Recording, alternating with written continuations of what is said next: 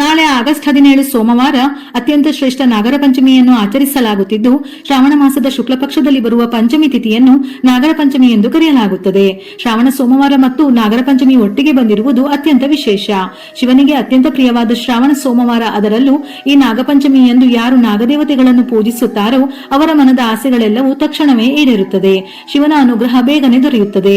ಅತ್ಯಂತ ಶಕ್ತಿಶಾಲಿಯಾದ ಈ ನಾಗರ ಪಂಚಮಿಯಂದು ಪ್ರತಿಯೊಬ್ಬರು ನಾಗರ ಕಲ್ಲಿಗೆ ಹಾಲೆರೆಯಬೇಕು. ನಾಗರ ಹಾವುಗಳು ಶಿವನಿಗೆ ಅತ್ಯಂತ ಪ್ರಿಯ. ನಾಗರ ಪಂಚಮಿಯ ಮಹತ್ವದ ಬಗ್ಗೆ ಸಾಕ್ಷಾತ್ ಆ ಪರಮೇಶ್ವರನೇ ವಿವರಿಸಿದ್ದಾನೆ ಎಂದು ನಮ್ಮ ಶಾಸ್ತ್ರಗಳು ಹೇಳುತ್ತವೆ. ಈ ದಿನದಂದು ನಾಗದೇವತೆಗಳನ್ನು ಹಾಗೂ ಶಿವನನ್ನು ಪೂಜಿಸಿದರೆ ಕಾಳಸರ್ಪ ದೋಷಗಳು ನಿವಾರಣೆಯಾಗುವುದಲ್ಲದೆ ಬಯಸಿದ ಕೋರಿಕೆಗಳೆಲ್ಲವೂ ತಕ್ಷಣವೇ ಈಡೇರುತ್ತದೆ. ಪಂಚಮಿ ತಿಥಿ ಸಮಯ ಆಗಸ್ಟ್ 16 ಸಂಜೆ 4:52 ಪ್ರಾರಂಭವಾಗಿ ಆಗಸ್ಟ್ 17 ಸಂಜೆ 5 ಗಂಟೆಗೆ ಮುಕ್ತಾಯವಾಗುತ್ತದೆ. ಇನ್ನು ನಾಳೆ ಬೆಳಿಗ್ಗೆ ನಾಗರ ಪಂಚಮಿ ಶುಭ ಮುಹೂರ್ತ ಬೆಳಗ್ಗೆ 6 ಗಂಟೆಯಿಂದ 8 ಗಂಟೆ. ಈ ನಾಗರ ಪಂಚಮಿ ಹಾಗೂ ಶ್ರಾವಣ ಸೋಮವಾರದ ದಿನ ಬೆಳಿಗ್ಗೆ 6 ಗಂಟೆಯಿಂದ 8 ಗಂಟೆ 4 ನಿಮಿಷದವರೆಗೂ ರವಿ ಯೋಗವಿದ್ದು ಅತ್ಯಂತ ಶುಭ ಯೋಗಗಳಲ್ಲಿ ಇದು ಒಂದು. ಈ ಯೋಗದಲ್ಲಿ ಪೂಜೆ ಪುನಸ್ಕಾರ ಮಾಡುವುದರಿಂದ ಸಂಪತ್ತು ವೃದ್ಧಿಯಾಗುತ್ತದೆ. ಅದರ ಶುಭ ಪರಿಣಾಮದಿಂದಾಗಿ ಕೆಲಸದ ಗುಣಮಟ್ಟ ಹೆಚ್ಚಾಗುತ್ತದೆ. ಹಣ ಸಿಗುವ ಸಾಧ್ಯತೆಗಳು ಇವೆ. ಈ ದಿನ ನಾಗದೇವತೆಗಳನ್ನು ಪೂಜಿಸಿದರೆ ಜಾತಕದಲ್ಲಿ ರಾಹುಕೇತು ದೋಷಗಳಿದ್ದರೂ ನಿವಾರಣೆಯಾಗುತ್ತದೆ. ಹಾಗೆಯೇ ನಿಮ್ಮ ಜೀವನದಲ್ಲಿ ಅಪಾರವಾದ ಶ್ರೇಯಸ್ಸು ಲಭಿಸುತ್ತದೆ. ಈ ದಿನ ಶಿವನನ್ನು ಸಹ ತಪ್ಪದೆ ಪೂಜಿಸಬೇಕು. ಆದ್ದರಿಂದ ಇಂತಹ ಶಕ್ತಿಶಾಲಿ ನಾಗರ ಪಂಚಮಿ ದಿನದಂದು ಪ್ರತಿಯೊಬ್ಬರು ಮನೆಯಲ್ಲಿ ನಿಮ್ಮ ಕೈಲಾದಷ್ಟು ಪೂಜೆ ಮಾಡಿ ಶಿವಾಲಯಕ್ಕೆ ಹೋಗಿ ಶಿವಲಿಂಗಕ್ಕೆ ಅಭಿಷೇಕ ಮಾಡಿ, ಸಾಧ್ಯವಾದರೆ ಜೋಡಿ ನಾಗಪ್ರತಿಮೆಗಳಿಗೆ ಅಭಿಷೇಕ ಮಾಡಿದರೆ ಜನ್ಮ ಜನ್ಮಗಳ ಪಾಪಗಳೇನಿದ್ದರೂ ನಿವಾರಣೆಯಾಗುತ್ತದೆ. ಈ ನಾಗರ ಪಂಚಮಿ ದಿನದಂದೇ ವಾಸುಕಿ ಸರ್ಪವು ಶಿವನಿಗೆ ತಪಸ್ಸು ಮಾಡಿ ಶಿವನ ಕುತ್ತಿಗೆಯಲ್ಲಿ ಆಭರಣವಾಯಿತು. ಹಾಗೆಯೇ ಈ ನಾಗಪಂಚಮಿ ದಿನದಂದೇ ಶೇಷ ಸರ್ಪವು ತಪಸ್ಸು ಮಾಡಿ ವಿಷ್ಣುಮೂರ್ತಿಗೆ ಹಾಸಿಗೆಯಾಯಿತು. ಹಾಗಾಗಿ ಈ ದಿನ ಬಹಳ ಶ್ರೇಷ್ಠವಾದ ದಿನ. ನಾಳೆ ಸ್ನಾನ ಮಾಡುವ ನೀರಿಗೆ ಈ ವಸ್ತುಗಳನ್ನು ಬೆರೆಸಿ ಸ್ನಾನ ಮಾಡುವುದರಿಂದ ಜನ್ಮ ಜನ್ಮಾಂತರದ ಪಾಪ ದೋಷ, ನಾಗದೋಷಗಳು, ಸರ್ಪದೋಷಗಳು ಮತ್ತು ಪೂರ್ವಜರ ಶಾಪಗಳು ಸಹ ನಿವಾರಣೆಯಾಗಿ ನಿಮಗೆ ಉತ್ತಮ ಫಲಿತಾಂಶಗಳು ದೊರೆಯುತ್ತವೆ. ನೀವು ಕೈ ಹಾಕಿದ ಕೆಲಸಗಳೆಲ್ಲವೂ ಯಶಸ್ವಿಯಾಗಲು ಈ ಸ್ನಾನವು ಅತ್ಯಂತ ಶಕ್ತಿಶಾಲಿಯಾಗಿ ಕೆಲಸ ಮಾಡುತ್ತದೆ. ಒಂದೇ ಮಾತಿನಲ್ಲಿ ಹೇಳುವುದಾದರೆ ನಿಮ್ಮ ಜಾತಕವನ್ನೇ ಬದಲಾಯಿಸುವ ಶಕ್ತಿ ಈ ಸ್ನಾನಕ್ಕೆ ಇದೆ. ಏಕೆಂದರೆ ಈ ನೀರಿನಲ್ಲಿ ಬೆರೆಸುವ ವಿಶೇಷ ಪದಾರ್ಥಗಳು ದೈವಿಕ ಶಕ್ತಿಯನ್ನು ಆಕರ್ಷಿಸುತ್ತವೆ. ಸ್ನಾನ ಎಂದರೆ ಕೇವಲ ದೇಹದ ಕೊಳೆ, ಧೂಳು, ಮಣ್ಣನ್ನು ಸ್ವಚ್ಛಗೊಳಿಸುವುದು ಮಾತ್ರವಲ್ಲದೆ ಸ್ನಾನ ಮಾಡುವ ನೀರಿಗೆ ಇಂತಹ ವಿಶೇಷ ದಿನಗಳಲ್ಲಿ ನಾವು ಸೇರಿಸುವ ಅದ್ಭುತ ಪದಾರ್ಥಗಳಿಂದ ನೀರು ಅತ್ಯಂತ ಶಕ್ತಿಶಾಲಿಯಾಗಿ ಪವಿತ್ರವಾಗಿ ಪರಿವರ್ತಿತವಾಗುತ್ತದೆ. ಮುಖ್ಯವಾಗಿ ಈ ನಾಗರ ಪಂಚಮಿ ಅತ್ಯಂತ ಶಕ್ತಿಶಾಲಿ ದಿನ. ಇಂತಹ ದಿನ ಮತ್ತೆ ಮತ್ತೆ ಬರುವುದಿಲ್ಲ. ಹಾಗಾಗಿ ನಾಳೆಯ ದಿನ ಸ್ನಾನದ ನೀರಿಗೆ ಗೋಮೂತ್ರ, ಹುತ್ತದ ಮಣ್ಣು, ಶಿವನ ದೇವಸ್ಥಾನದಿಂದ ತಂದ ವಿಭೂತಿ ಇದ್ದರೆ ಅಥವಾ ಗಂಗಾಜಲ, ಈ 4ರಲ್ಲಿ ಒಂದು ಸೇರಿಸಿ ಸ್ನಾನ ಮಾಡಿ. ಹುತ್ತದ ಮಣ್ಣು ಇಲ್ಲದವರು ಈ 3ರಲ್ಲಿ ಒಂದನ್ನು ಬೆರೆಸಿ ಸ್ನಾನ ಮಾಡಿ. ನಾಳೆ ಬೆಳಿಗ್ಗೆ ಮಹಿಳೆಯರು ಬೇಗ ಎದ್ದು ಮನೆಯನ್ನು ಶುದ್ಧ ಮಾಡಿ ತಲೆ ಸ್ನಾನ ಮಾಡಿ. ಈ ಪಂಚಮಿಯಂದು ನಾಗದೇವತೆಗಳನ್ನು ಪೂಜಿಸಬೇಕಾದರೆ ಅರಿಶಿನದಿಂದ ನಾಗದೇವತೆಯ ಪ್ರತಿಮೆಯನ್ನು ತಯಾರಿಸಿ ಮನೆಯಲ್ಲಿ ಪೂಜಿಸಿದರೆ ಶ್ರೇಷ್ಠ. ಆದರೆ ನಿಮ್ಮ ಮನೆಯಲ್ಲಿ ಮೊದಲಿನಿಂದಲೂ ಯಾವ ಪದ್ಧತಿ ರೂಢಿಯಲ್ಲಿದೆಯೋ ಅದನ್ನೇ ಅನುಸರಿಸಿ. ಯಾಕೆಂದರೆ ನಾಗದೇವತೆಗಳ ಪೂಜೆಯಲ್ಲಿ ಸ್ವಲ್ಪ ಆಚೆ ಈಚೆ ಆದರೂ ಅದರಿಂದ ಕಷ್ಟಗಳು ಪ್ರಾರಂಭವಾಗುತ್ತವೆ.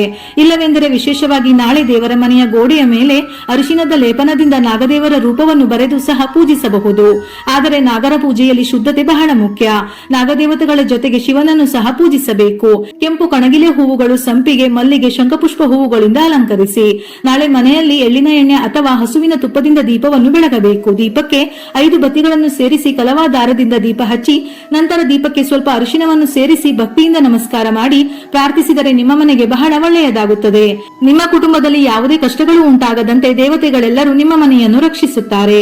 ಮನೆಯಲ್ಲಿ ಪೂಜೆ ಮಾಡಿಕೊಂಡು ಯಾವುದಾದರೂ ದೇವಸ್ಥಾನಕ್ಕೆ ಹೋಗಿ ಜೋಡಿ ನಾಗಪ್ರತಿಮೆಗಳ ವಿಗ್ರಹಗಳ ಮೇಲೆ ಅರಿಶಿನ ಹಾಕಿ ಶುದ್ಧ ಹಸುವಿನ ಹಸಿ ಹಾಲಿನಿಂದ ಜೋಡಿ ನಾಗಗಳಿಗೆ ಅಭಿಷೇಕ ಮಾಡಿ ಅಗರಬತ್ತಿಗಳನ್ನು ಹಚ್ಚಿ ನಾಗದೇವತಾ ವಿಗ್ರಹಗಳ ಸುತ್ತ 5 ಪ್ರದಕ್ಷಿಣೆಗಳನ್ನು ಹಾಕಿ ನಿಮ್ಮ ಕಷ್ಟಗಳನ್ನು ಹಾಗೂ ನಿಮ್ಮ ಮನಸ್ಸಿನ ಆಸೆಗಳನ್ನು ನಾಗದೇವತೆಗಳಿಗೆ ಹೇಳಿಕೊಂಡು ನಮಸ್ಕಾರ ಮಾಡಿಕೊಳ್ಳಿ. ಈ ನಾಗರ ಪಂಚಮಿ ದಿನದಂದು ಈ ರೀತಿ ನಾಗದೇವತೆಗಳನ್ನು ಪೂಜಿಸಿದರೆ ಈ ವರ್ಷವಿಡೀ ಯಾವುದೇ ಕಷ್ಟಗಳು ಉಂಟಾಗದೆ ನಿಮ್ಮ ಕುಟುಂಬವೆಲ್ಲ ಆಯುರ ಆರೋಗ್ಯಗಳಿಂದ ಸುಖ ಸಂತೋಷಗಳಿಂದ ಬದುಕುತ್ತೀರಿ. ಇನ್ನು ಮನೆಯಲ್ಲಿ ಏನಾದರೂ ಹಣಕಾಸಿನ ಸಮಸ್ಯೆ ಇದ್ದಾಗ ನಮ್ಮ ಕಷ್ಟಕ್ಕೆ ಇರುವ ಬಂಗಾರವನ್ನು ಕೆಲವೊಮ್ಮೆ ಅಡ ಇಡುತ್ತೇವೆ. ನಂತರ ಆ ಬಂಗಾರವನ್ನು ತಿರುಗಿ ಪಡೆಯಲು ಸಾಧ್ಯ ಇರುವುದಿಲ್ಲ. ಅಂತವರು ನಾಳೆಯ ದಿನ ತಪ್ಪದೆ ಜೋಡಿ ನಾಗರ ವಿಗ್ರಹಕ್ಕೆ ಹಸಿ ಹಾಲಿನಿಂದ ಅಭಿಷೇಕ ಮಾಡಿ ಒಂದು ಮಣ್ಣಿನ ದೀಪಕ್ಕೆ ತುಪ್ಪವನ್ನು ಸೇರಿಸಿ ದೀಪ ಬೆಳಗಿ. ಅಡ ಇಟ್ಟಿರುವ ನಿಮ್ಮ ಚಿನ್ನ ಬೇಗನೆ ಮನೆಗೆ ಬರಲಿ ಎಂದು ನಾಗದೇವತೆಗೆ ಪ್ರಾರ್ಥಿಸಿ ನಮಸ್ಕಾರ ಮಾಡಿಕೊಳ್ಳಿ.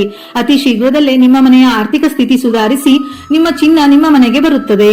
ಇನ್ನು ನಾಗರ ಕಲ್ಲಿಗೆ ಪೂಜೆ ಮಾಡುವಾಗ ಅರಿಶಿನ ಹಚ್ಚಿ ಹೂವು ಇಟ್ಟು ಹಸಿ ಹಾಲೆರೆಯಬೇಕು. ನಿಮ್ಮ ಮನೆಯ ಸಮೀಪದಲ್ಲಿ ಯಾವುದಾದರೂ ನಾಗರ ಹುತ್ತವಿದ್ದರೆ ಹುತ್ತದ ಮೇಲೆ ಅರಿಶಿನ ಹಾಕಿ ಒಂದು ದೀಪವನ್ನು ಹಚ್ಚಿ ಹುತ್ತಕ್ಕೆ ಪ್ರದಕ್ಷಿಣೆಗಳನ್ನು ಹಾಕಿ ನಮಸ್ಕಾರ ಮಾಡಿ. ಮುಖ್ಯ ಮುಖ್ಯವಾಗಿ ಈ ನಾಗರ ಪಂಚಮಿ ದಿನದಂದು ಹುತ್ತದ ಮಣ್ಣನ್ನು ತೆಗೆದು ಅದನ್ನು ಬೊಟ್ಟಾಗಿ ಇಟ್ಟುಕೊಳ್ಳಿ. ಹುತ್ತದ ಮಣ್ಣನ್ನು ಬೊಟ್ಟಾಗಿ ಇಟ್ಟುಕೊಂಡರೆ ದೀರ್ಘಕಾಲದ ಅನಾರೋಗ್ಯ ಸಮಸ್ಯೆಗಳೆಲ್ಲವೂ ನಿವಾರಣೆಯಾಗಿ ಉತ್ತಮ ಆರೋಗ್ಯ ಸಿಗುತ್ತದೆ. ಹಾಗೆಯೇ ಮನೆಗೆ ಬರುವಾಗ ಸ್ವಲ್ಪ ಹುತ್ತದ ಮಣ್ಣನ್ನು ತೆಗೆದುಕೊಂಡು ಹೋಗಿ ನಿಮ್ಮ ದೇವರ ಮನೆಯಲ್ಲಿಟ್ಟು ಪೂಜಿಸಬೇಕು. ನಿಮ್ಮ ಮನೆಯಲ್ಲಿರುವ ಕಷ್ಟಗಳೆಲ್ಲವೂ ದೂರವಾಗಿ ನಿಮ್ಮ ಇಡೀ ಕುಟುಂಬಕ್ಕೆ ಸಿರಿ ಸಂಪತ್ತು ಲಭಿಸುತ್ತದೆ. ಹಾಗೆಯೇ ಹುತ್ತದ ಬಳಿ ಎಳ್ಳಿನ ಎಣ್ಣೆಯಿಂದ ದೀಪ ಹಚ್ಚಿದರೆ ನಾಗಶಾಪಗಳು, ಶತ್ರು ಭಯಗಳು ಇಲ್ಲದೆ ನಿಮ್ಮ ಕುಟುಂಬದಲ್ಲಿ ಸುಖ ಸಂತೋಷ ಹೆಚ್ಚಾಗುತ್ತದೆ. ಮನೆಯಲ್ಲಿ ಪೂಜೆ ಮಾಡುವಾಗ ಒಂದು ಬಿಳಿ ಬಣ್ಣದ ದಾರವನ್ನು 5 ಎಳೆಗಳಾಗಿ ಮಾಡಿ ಅರಿಶಿನ ಹಚ್ಚಿ ಆ ಅರಿಶಿನದ ದಾರಕ್ಕೆ 9 ಗಂಟುಗಳನ್ನು ಹಾಕಿ ಪೂಜೆಯಲ್ಲಿ ಇಡಿ. ಪೂಜೆ ಮುಗಿದ ನಂತರ ಆ ದಾರವನ್ನು ನಿಮ್ಮ ಬಲಗೈಗೆ ಕಟ್ಟಿಕೊಳ್ಳಿ. ಇದರಿಂದ ಆಕಸ್ಮಿಕ ಅಪಘಾತಗಳು ಮತ್ತು ಅಪಾಯಗಳಿಂದ ನಿಮಗೆ ರಕ್ಷಣೆ ಸಿಗುತ್ತದೆ. ನಂತರ ನಾಳೆ ಸಂಜೆ ಸ್ನಾನದ ನೀರಿಗೆ ಹುತ್ತದ ಮಣ್ಣನ್ನು ಸೇರಿಸಿ ಸ್ನಾನ ಮಾಡಿ.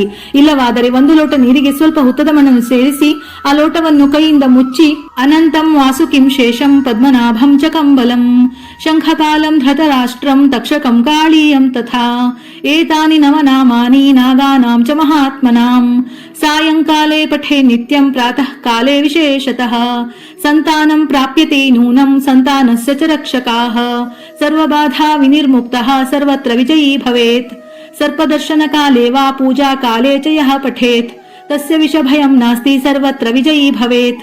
ಓಂ ನಾಗರಾಜಾಯ ನಮಃ ಪ್ರಾರ್ಥಯಾಮಿ ನಮಸ್ಕರೋಮಿ ಇತಿ ಶ್ರೀ ನವನಾಗ ಸ್ತೋತ್ರಂ. ಈ ನವನಾಗ ಸ್ತೋತ್ರವನ್ನು 9 ಬಾರಿಯಾದರೂ ಜಪಿಸಿ ನಮಸ್ಕಾರ ಮಾಡಿ ನಂತರ ಹುತ್ತದ ಮಣ್ಣಿನಿಂದ ಅಭಿಮಂತ್ರಿಸಿದ ನೀರನ್ನು ಮನೆಯಲ್ಲಿರುವ ಪ್ರತಿಯೊಬ್ಬರು ತೀರ್ಥದ ರೂಪದಲ್ಲಿ ಸೇವಿಸಿ ಆ ನೀರನ್ನು ಮನೆಯ ಪ್ರತಿಯೊಂದು ಜಾಗದಲ್ಲೂ ಸಿಂಪಡಿಸಬೇಕು. ಇದರಿಂದ ರಾಹುಕೇತು ದೋಷ, ನಾಗದೋಷಗಳೆಲ್ಲ ನಿವಾರಣೆಯಾಗುತ್ತದೆ.